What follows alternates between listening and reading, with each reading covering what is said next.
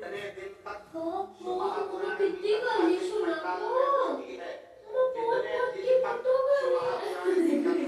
पंडाल के अंदर विराजमान जब लाती है तो वो नंगा पुंगा लाती है। नंगा पुंगा लेके आती है। चंचुला के पति को मोक्ष देकर, चंचुला जैसी बेधक स्त्री को, विधवा नारी बोली अखंड सौभाग्य देकर मैं आज वचन देता हूँ कि जिस जगह पर शिव महापुराण की पोथी रखी होगी उस जगह पर मैं कैलाश और काशी छोड़कर 7 दिन वहीं पर निवास करूंगा। अब शिव जी का यहाँ निवास है और शंकर के दरवाजे पर प्रसाद वितरण हो, किसी को ज्यादा किसी को कम दे दिया, शंकर की दृष्टि में आ गया तो भोगना जीव को पड़े। इसलिए शिव महापुराण में प्रसाद वितरण की मूलता नहीं है। शिव महापुराण का सबसे बड़ा प्रसाद है श्री शिवाय आपकी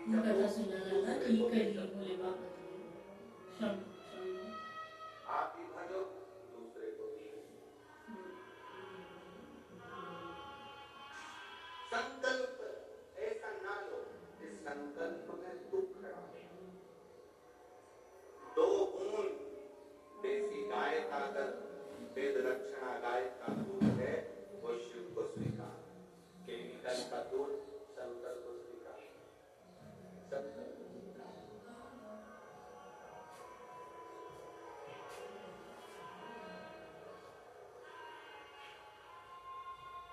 आप उसको हृदय से पुकारोगे, सताओ ना हमें लोगों, हमें दिल की बीमारी है, हमारा वेद दुनिया में वो डमरू भारी है।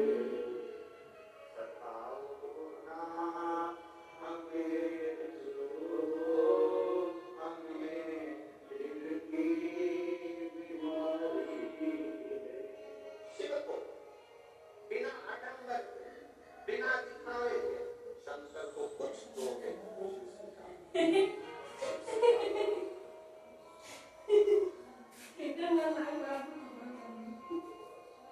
शिव ने उसको स्वीकार।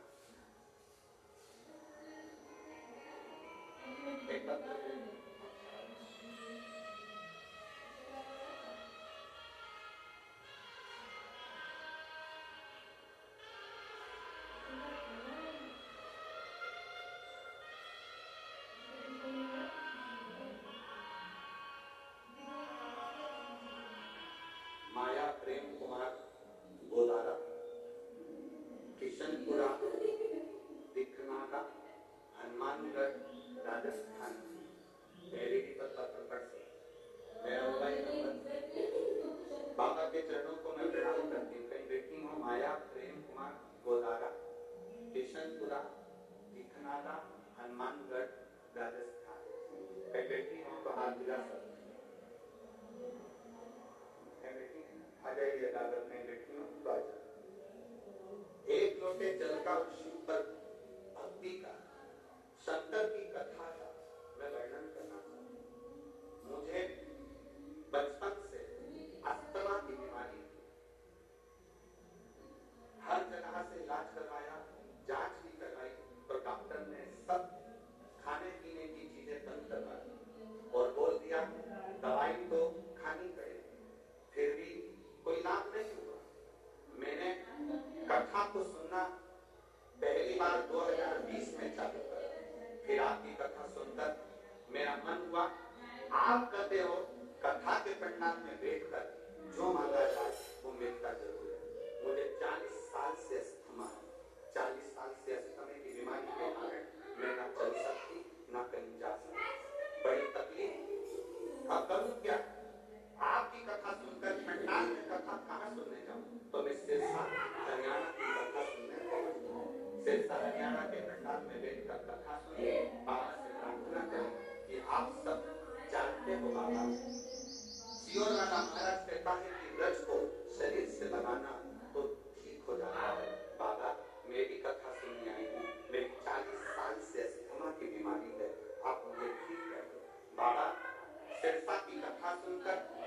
को नमन कर श्री शिवाय नमस्तुभ्यम का आंख बंद कर ध्यान कर वापस आ गए और विचार कर लिया कि अब कोई जांच ना करो, दवाई को उठा कर रख दिया और बाबा की ऐसी कृपा हुई कि आज मैं सिरसा से जब से आई हूँ तब से आज तक मुझे स्टमक का दौरा भी नहीं आया और जरूरत भी नहीं पड़ी। मेरी स्टमक की बीमारी 40 साल से मैं लगी उस स्टमक का एक पत्र बहुत अच्छा है।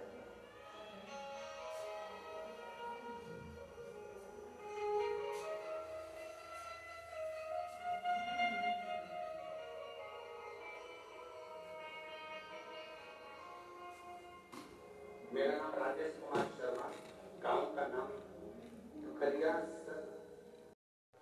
एक पत्र लेने के लिए सबसे पहले मैं लाहौटी जी को धन्यवाद देती हूँ जिन्होंने इस कथा का आयोजन हमारे रतनगढ़ में कराकर हमको प्रदान किया। आयोजन समिति को भी धन्यवाद देती हूँ इस कथा को करवाया। एक लोटे जल का मैं क्या वर्णन करूं, मेरे गले में एक गठान हो गई। सभी डॉक्टर बोला ये ऑपरेशन कराना पड़ेगा, गठान देसी है, उसकी जांच करने के लिए परेशान हो गए कि गठान का ऑपरेशन कैसे करें।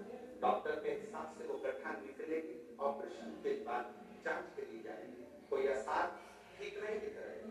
हमने डॉक्टर से कहा कि दवाई दे दो जिससे गांठ लग जाए।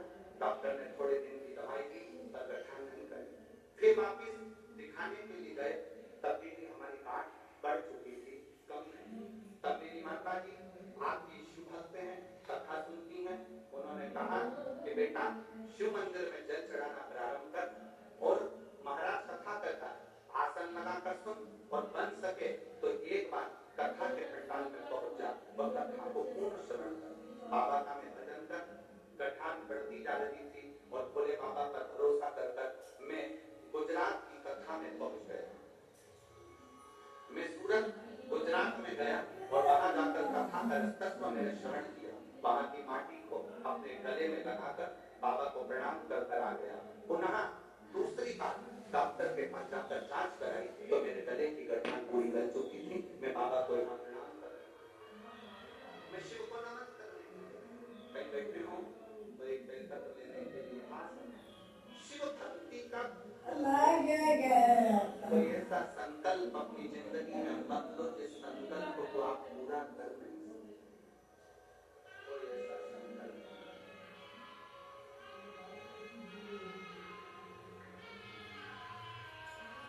बस उसको निर्मल मन से हृदय से और जब हम उसको निर्मल मन से पुकारेंगे तो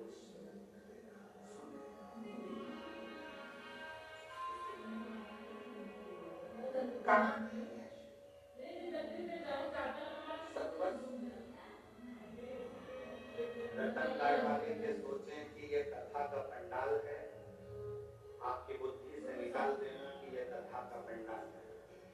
7 दिन मेरे शंकर भगवान ने वचन दिया है जब एक बेधव्य चंचला देवी को जब अखंड सौभाग्य दे रहे थे ईश्वर जी गोरा की बंधन, जब चंचला के अखंड सुहाग कर रहे थे तब मेरे शंकर भगवान ने वचन दे दिया था ये शिव पुराण की पोथी जहाँ रखी होगी वहाँ मैं स्वयं काशी और कैलाश छोड़कर विराजमान।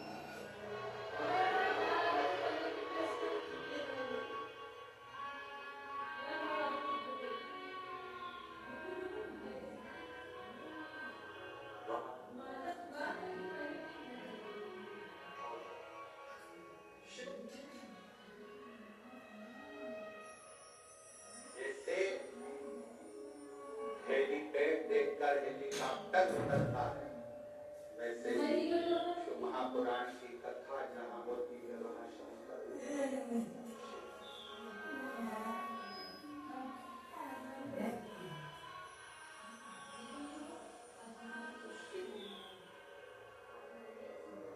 फूलों की कलियों काशी की गली तेरे बिना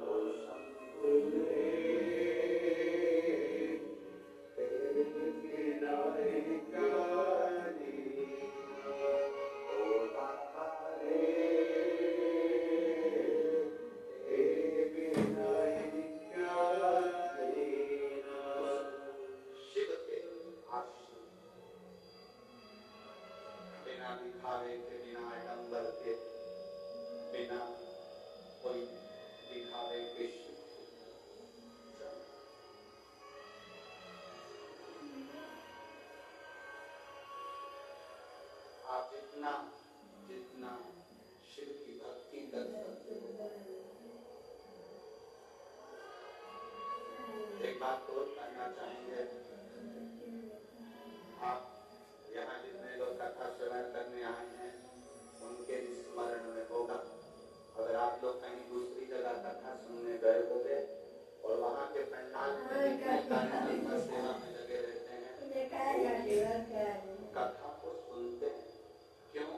क्योंकि रतनगढ़ में बार बार शिव पुराण की कथा होने वाली नहीं है, तो कहाँ जाकर सुनना? हमारा तो कार्यकर्ताओं से भी निवेदन है, खूब सेवा करो, मना नहीं। अब जिस समय कथा चले, बाबा से अर्जी करने के लिए, उससे प्रार्थना करने के लिए तुम कहाँ जाओ?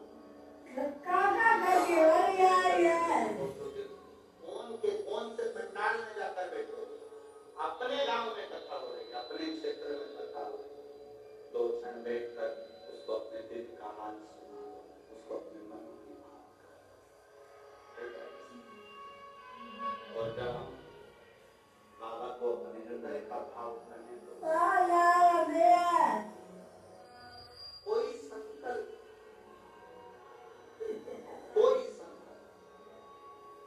ऐसा न लिया जाए जिस संकल्प में भगवान का भी मन दुख।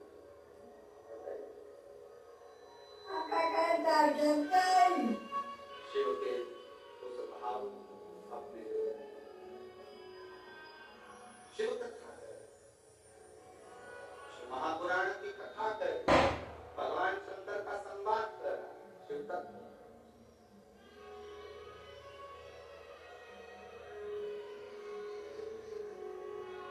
पार्वती जी हाथ जोड़कर सनत कुमारों से कहे,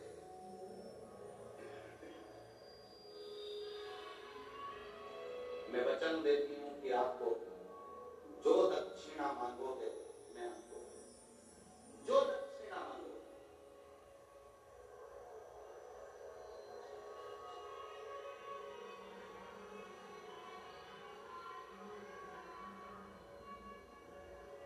तेलुगु रामायण में बहुत सुंदर संवाद आता है रावण।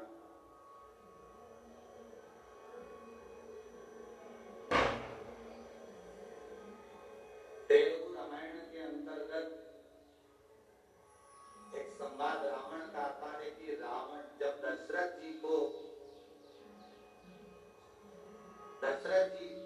जब वन में विचरण कर रहे थे और एक बाण छोड़ा गया था जो हिरण के लिए छोड़ा गया था, शब्द भेदी, और वो किसको लग गया था?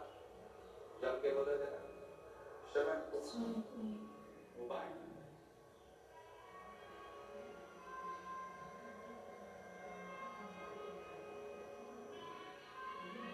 सुहांगी के बेटे को,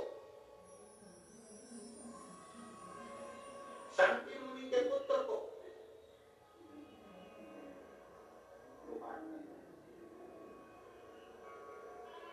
वो बांट लगा।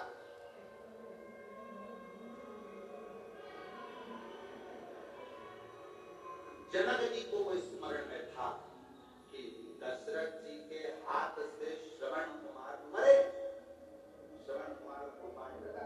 वो जनक जी के स्मरण में,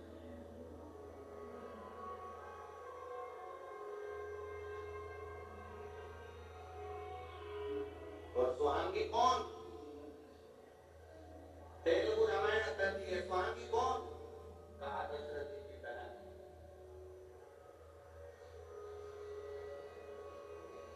जैसे देव ऋषि नारद की एक बहन थी ऋषिका, वैसे ही दशरथ जी की भी एक बहन सुहांगी।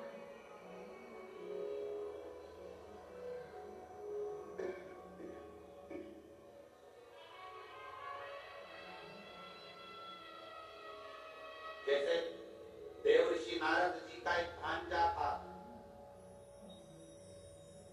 देव ऋषि नारद जी का भी एक भांजा था पर्वत मुनि, उसी तरह यदि देखा जाए तो स्वामी का पुत्र श्रवण कुमार भी दशरथ जी का भी भांजा। जनक जी के स्मरण में यह बात थी कि दशरथ जी के हाथ से श्रवण कुमार के प्राण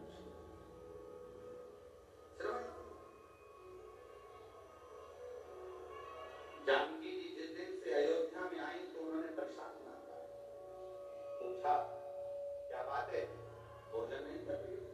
कहा मैं कैसे भोजन करूं, यहाँ तो दोष लगा है। आगे दोष मिटे कैसे?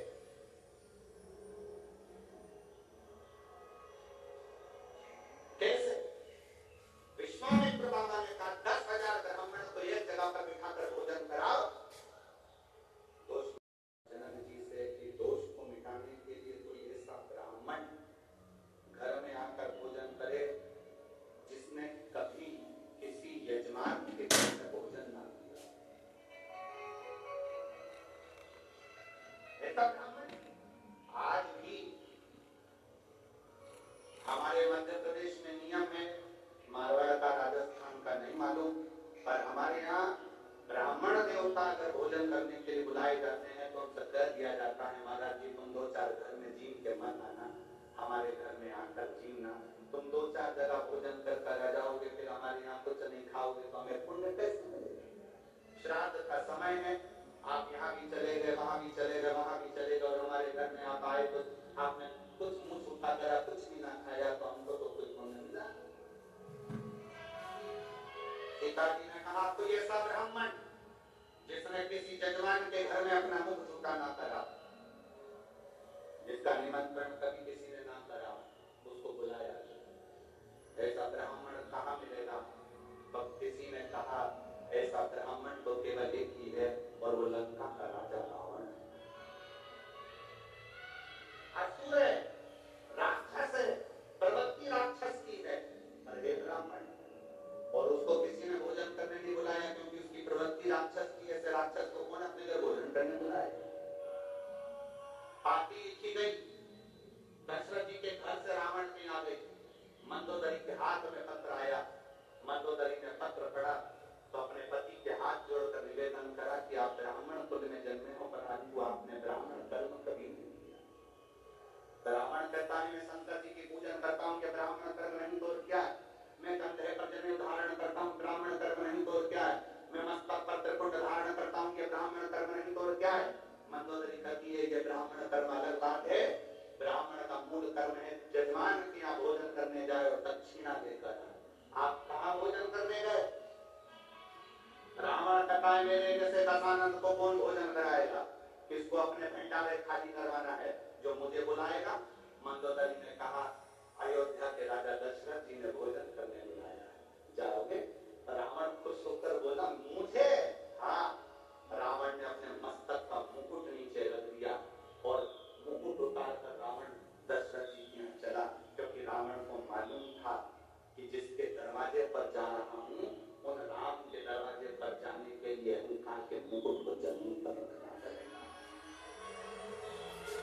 जब जमीन पर जाएगा तब मुझे राम मिल पाएंगे। रावण पहुंचे, दशरथ जी ने चरण धुलाए, भीतर प्रवेश किया। आइए मां, भोजन करने बैठे। रावण से पूछा कि आप ब्राह्मण क्या भोजन करोगे, क्या बनाया जाए? रावण ने कहा जिसके कारण मैं भोजन करने आया हूँ, भोजन वो बनाकर खिलाएंगे तो मैं भोजन करूंगा। सीता भोजन नहीं कर रही थी, उसके कारण भोजन करने आया। सीता ने नियम किया था जब तक कोई ब्राह्मण भोजन ना करे तब तक मैं भोजन ना करूं। सीता जी को बुलाया गया। रावण ने पूछा, सीता जी ने पूछा ब्राह्मण देवता बताओ भोजन क्या बनाया जाए? रावण कहते हैं सीता जी से भोजन तो मैं करूंगा पर मेरे लिए क्या जो भोजन करने के बाद दक्षिणा मांगूंगा वो तुम्हें देना पड़ेगा। जानकी जी ने कहा ठीक है, जो दक्षिणा मांगोगे मैं दूंगी। हाँ ब्राह्मण भोजन करे, दक्षिणा देने की बारी आई तो दशरथ जी ने दक्षिणा देना कहा, मना कर दिया। जानकी जी को बुलाया जाए। सीता जी सामने खड़ी थी रावण के, मांगो दक्षिणा में क्या चाहिए? रावण कहता है जानकी फिर विचार कर लीजिए, दक्षिणा में जो मांगूंगा वो देना पड़ेगा। देवता ऊपर से घबरा रहे थे, कहिए सीता जी की सुंदरता देखकर सीता जी को ना मांगे। भगवान नारायण स्वयं शिव जी से कहते हैं तुम्हारा भरत भोजन करने आया है, कुछ आड़ा तेरा नहीं मांग ले। सीता जी ने सामने खड़े होकर शंकर भगवान ऊपर से मुस्कुरा रहे थे कि मेरा भक्त है, भोजन करने के समय पर ऐसा कुछ नहीं मांगेगा, चिंता मत करो। रावण कहता है जानकी जी वचन तो दे दो, जो मांगूंगा दे दोगे? हाँ वचन देती हूँ, मांगिए क्या चाहिए? रावण ने कहा जानकी जी दक्षिणा में मुझे मेरी मुक्ति चाहिए।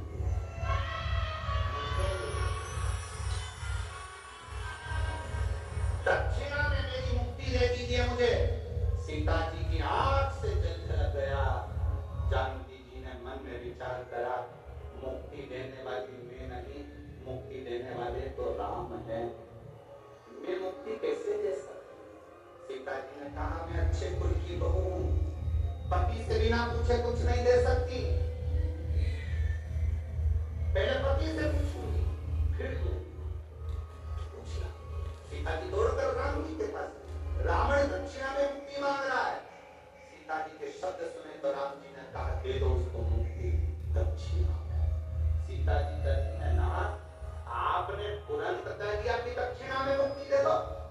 आपको मालूम है रावण को मुक्ति देने के लिए लंका में भक्ति को जाना पड़ेगा, और जब तक लंका में भक्ति नहीं जाएगी तब तक रावण को भी मुक्ति नहीं मिलेगी। राम जी कहते हैं सीता मैं रावण की लंका में भक्ति भेज दूंगा। सीता जी कहती है कैसे कह दिया आपने कि भक्ति भेज दूंगा? आपकी ये धर्म पत्नी सीता भक्ति का एक प्रतिबिंब है। जब तक सीता लंका नहीं जाएगी तब तक रावण को मुक्ति नहीं मिल पाएगी। राम जी कहते हैं सीता मैं तुझे लंका भेज दूंगा, और जो सीता जी लंका में गई रावण के हृदय में भक्ति का संचार हुआ। रावण को स्वप्न में भी राम दिखने लगे, तब राम जी ने जाकर रावण को मुक्त कर दिया। ये मुक्ति की कथा है। संकल्प लो और विचार कर, संकल्प लो और विचार नहीं होकर।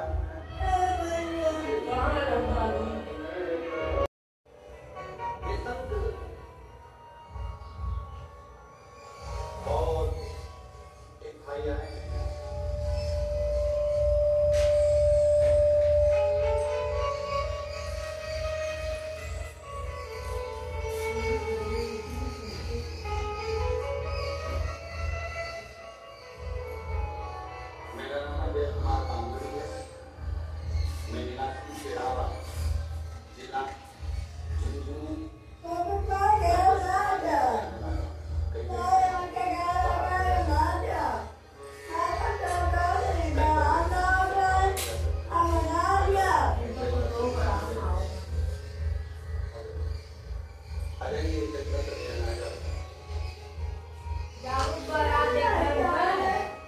मेरा नाम अजय कुमार पार्वती है। मैं निवासी जिलावार का जिला